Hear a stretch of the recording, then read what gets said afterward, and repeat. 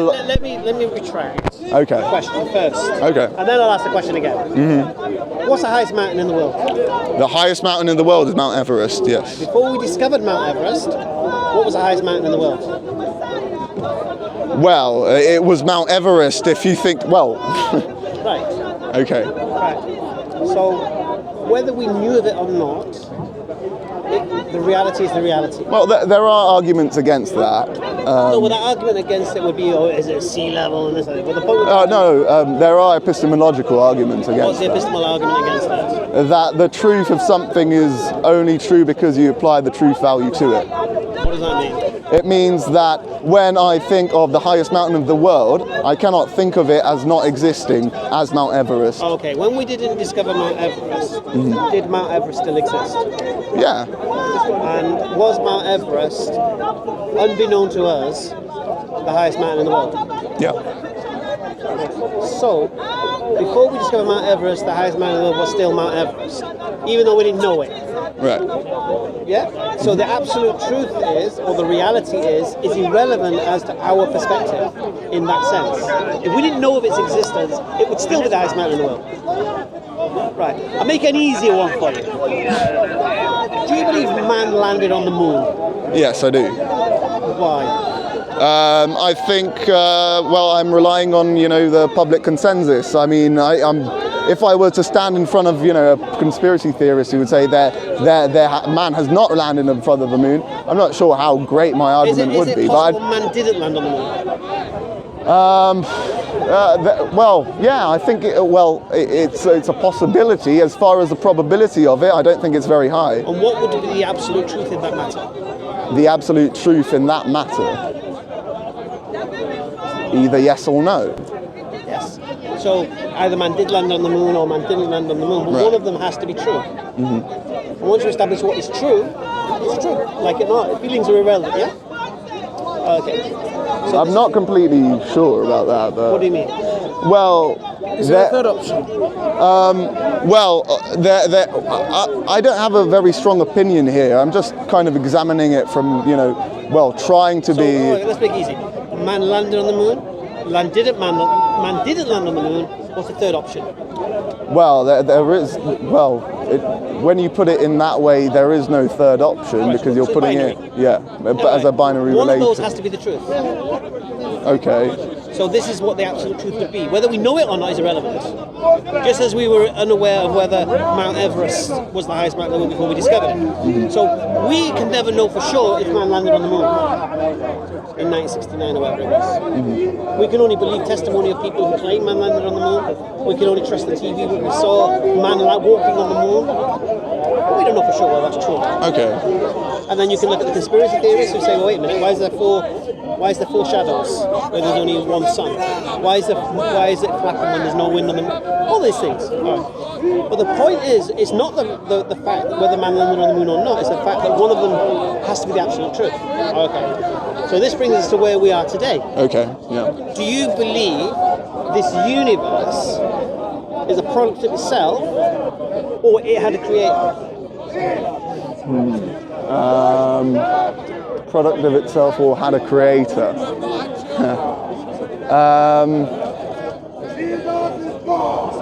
I am not too familiar with the arguments here or here, so I don't think... What do you believe? I believe the terminology for creator is a bit when I say creative, what do you think I'm saying? Well, that there is some sort of prior cause before everything that was, the necessary condition for everything that exists. Yeah, I agree that there is some sort of necessary condition for all things to exist. Do you believe there has to be a necessary being? A necessary being? Well, I think the terminology with being, I think that's a bit misleading because... Philosophically, what does being mean? It means existence. Right, so a necessary existence. A necessary existence, but you stated that it created everything into existence. No. I'm saying, forget the idea of a creator right now. But the existence of a necessary being, or a necessary existence for everything else to exist. Okay, yeah, I think I agree with that I think I agree with that. Yeah. I think I would say I agree with And that. this necessary being, what qualities must it possess? What qualities must If it it's the possess? cause of the universe, what qualities must it possess? So it needs to possess the quality of existing first and foremost, and it needs the. Well, we've already agreed it does exist, necessary. Yeah. I'm just making it as clear as We possible. don't need to. That's by default. Okay, so and it will need to have it would need to have the condition of creating, the ability to create. Yeah. Again, default position, because it is the cause of creation, so we know it can do that. What other qualities must it possess? What are the qualities What about that power? Energy. Well, if it is No, what? the ability. The ability to be more powerful than anything we can imagine. Would you agree with that? To be more powerful than anything we can imagine. Yeah. Don't start thinking about Thor, but yes. Do you know of anything that can cause a universe? No, I don't. I do not. Whatever causes a universe is more powerful than anything you know of, yeah? As far as I know, no. What about intelligence? What about intelligence? You believe that this cause requires intelligence, this necessary being. Possesses intelligence.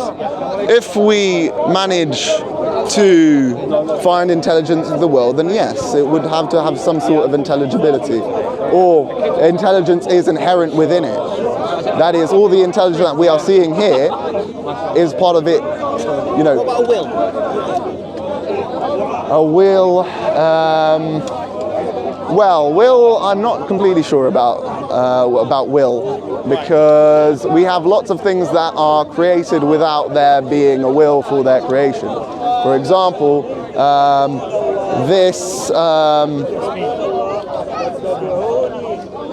there are lots of created situations in which there has been no foreseen will that has been involved. Give me an example. For example, if the wind blows this, whatever this is, stand down, if it blows it down and it breaks it, will the breaking of this stand be willed by something? No, It won't be willed by human will. No, it would just be an effect of the cause. An effect of the cause, right? So the wind has no will. So the wind has no will. right.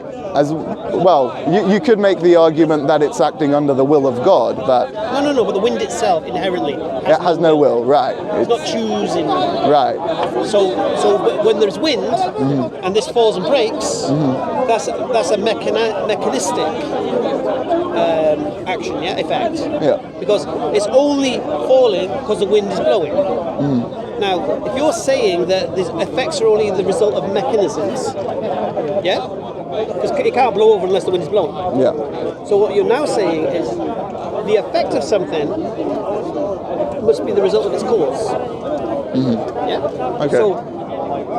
So the cause should have always been creating this effect.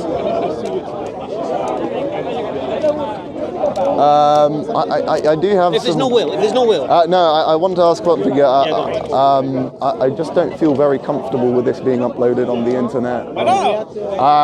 Come on, you're a philosophy student, man. I don't know. I've never studied philosophy. I left school at 15, man. I know. Nah, you could bamboozle me with all your. Well, I've come here to learn more than to kind of argue. Oh, different viewpoints. I mean, that's why I'm discussing it with you. Do you think it's unreasonable to believe in God? No, not at all. I believe in some sort of divine creation. Alhamdulillah. So, do you... And I do agree with the futra that we have some inherent, the futra. I think that's I mean, I think there is an inherent believing in, some sort of divinity in the world. I apologize for treating you like an atheist. No, I know. I bring on this facade. I'm not, practicing any religion specifically. No. All right. So you believe there's a... build on that. Yeah. So you believe there's a God? Yes, I do believe in God is quite a loaded term because each religion has a different conception you of believe God, there's right? an intelligent, powerful being? Well, I believe there is some sort of Necessary being. Well, necessary being that I need to believe in order to exist. No, what you said. So you believe in a necessary being that is powerful and intelligent. Well, I have people that would argue against this behind you, actually, and they have quite loaded arguments. They're welcome to join it, actually.